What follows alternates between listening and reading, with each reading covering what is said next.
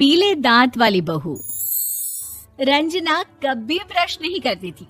उसे कितनी बार उसके माँ बाप ने डांटा, लेकिन उसका कोई असर उस पर होता ही नहीं था, जिस कारण से उसके दांत पीले पीले हो जाते हैं। शादी के बाद। अरे बहू, वैसे तो तुझ में कोई कमी नहीं है, पर तेरे दांत इतने पीले कैसे हैं बेटा? कैसे मतलब? कोई सर्जरी थोड़ी ना कराई है। वो तो क्या नाम, मैं ब्रश नहीं करती थी तो पीले हो गए। अब क्या करूं? आप कहें तो लाल करवा लूं या फिर काले? यार ये क्या है, क्यों माँ से लड़ रही हो? लड़ रही हूँ? अरे मैं लड़ रही हूँ या ये बोल रही है कि दांत पीले हैं, पीले। अरे तपस्या थोड़ी ना की है इन्हें पीले करने के लिए। बकायदा ब्रश नहीं किया है 20 साल तक, तब जाकर। छी, कैसी बात कर रही हो? ये उस वक्त तो पीले नहीं थे जब हम लोग तुम्हें देखने आए थे। अरे तब साफ करवा लिया होगा डेंटिस्ट के पास जाकर। अब देखो कैसे पीले पीले लग रहे हैं। रंजना सास की तरफ गुस्से से देखती है। फिर शुरू हो गई पीले पीले पीले। अरे पीले तो तब भी थे जब मेरे हाथ का रसगुल्ला उड़ा उड़ा कर खा रही थी और बोल रही थी, लड़की नहीं गुणों का खजाना दे रहे भाई साहब आप।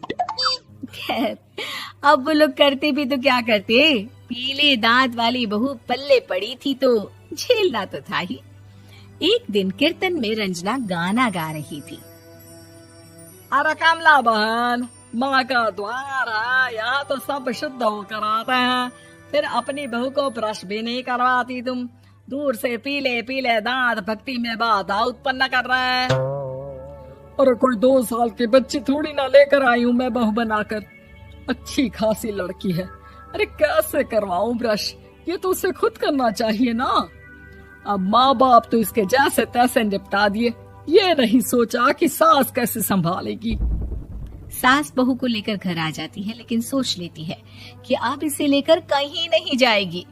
अगले रोज बहू कहती है, अरे क्या हो गया, मंदिर नहीं जाना क्या? कीर्तन का वक्त हो रहा है। मेरी मधुर वाणी से कान्हा जी जागते हैं और सोते हैं। आप तो जानती है ना उनकी भक्ति में कितना मन लगता है मेरा। वो क्या है ना, तबीयत ठीक नहीं लग रही है मेरी, आराम करूंगी मैं। तबीयत ठीक नहीं लग रही? अभी तो मिथुन के गाने पर नाच रही थी आप, और अब बोल रही है कि तबीयत ठीक नहीं लग रही। अरे भक्ति में मन लगा लो सासू माँ, ऊपर जाना है, क्या मुंह दिखाओगी आप? हाँ? सास को बहू की बात पर गुस्सा आ जाता है। मैं क्या मुंह दिखाऊंगी, इसकी चिंता तो ना कर, समझी? अपने मुंह की चिंता कर, जो ये पीले पीले दांत लेकर हर जगह पहुंच जाती है। पता है लोग कितना मजाक बनाते हैं। ना जी ना, मैं नहीं जाना कहीं तेरे साथ। तो ये बात है। कोई ना, मत जाओ, मैं अपने कमरे में ही बैठकर भक्ति कर लूंगी। ऊपर वाला दांत थोड़ी ना देखता है, मन देखता है, भावना देखता है। और अरे बस बस, तू सब कुछ दिखा, बस ये सफेद चमकदार दांत ना दिखाना किसी को, है? जा यहाँ से। बहू को सास की बात का कोई फर्क नहीं पड़ता, वो तो जैसी थी वैसी ही रह जाती है। सुबह नहाकर किचन में खाना बनाना, फिर खाना खाना, कीर्तन भजन करना और सो जाना। एक दिन, माँ जी मैं सहेली के घर जा रही हूँ, शाम को लेट आऊंगी। हाँ हाँ तो जाना, मैंने कौन सा तेरी आरती करनी है घर पर बैठकर। रंजना सहेली के घर जाती है, जहाँ वो पार्टी में जाने की तैयारी कर रही होती है। अरे शिखा, कहाँ जाने की तैयारी कर रही है? मैं गलत वक्त पर आ गई क्या? अरे नहीं यार, उल्टा सही वक्त पर आ गया। मैंने ये साड़ी और ज्वेलरी निकाली है यार, शाम को इनके ऑफिस की एक पार्टी में जाना है। बताना कैसा लग रहा है ये सब? नहीं यार, इस ड्रेस के साथ तो वो वाली ज्वेलरी अच्छी लगेगी। हाँ हाँ सही बोल रही है, मैंने ध्यान ही नहीं दिया। वैसे तो हमेशा से मस्त फैशन सेंस रखती है। तो बड़ा जाती होगी ना पति के साथ पार्टी में। रंजना कुछ नहीं बोलती, बस सोचती है कि यार काश ये बात सही हो जाती, पर मैं क्यों नहीं जाती पार्टी में? क्या इन लोगों की कोई पार्टी होती नहीं होगी? रंजना घर आती है और रात में पति से सवाल करती है, एक बात बताइए, आप मुझे किसी पार्टी में क्यों नहीं ले जाते? क्या आपकी यहाँ ऑफिस में पार्टी नहीं होती? पति बेचारा क्या कहता कि दांत पीले हैं तुम्हारे इसलिए। अरे कोई पार्टी होती नहीं हम लोगों के ऑफिस में, तो कहाँ से लेकर जाऊं?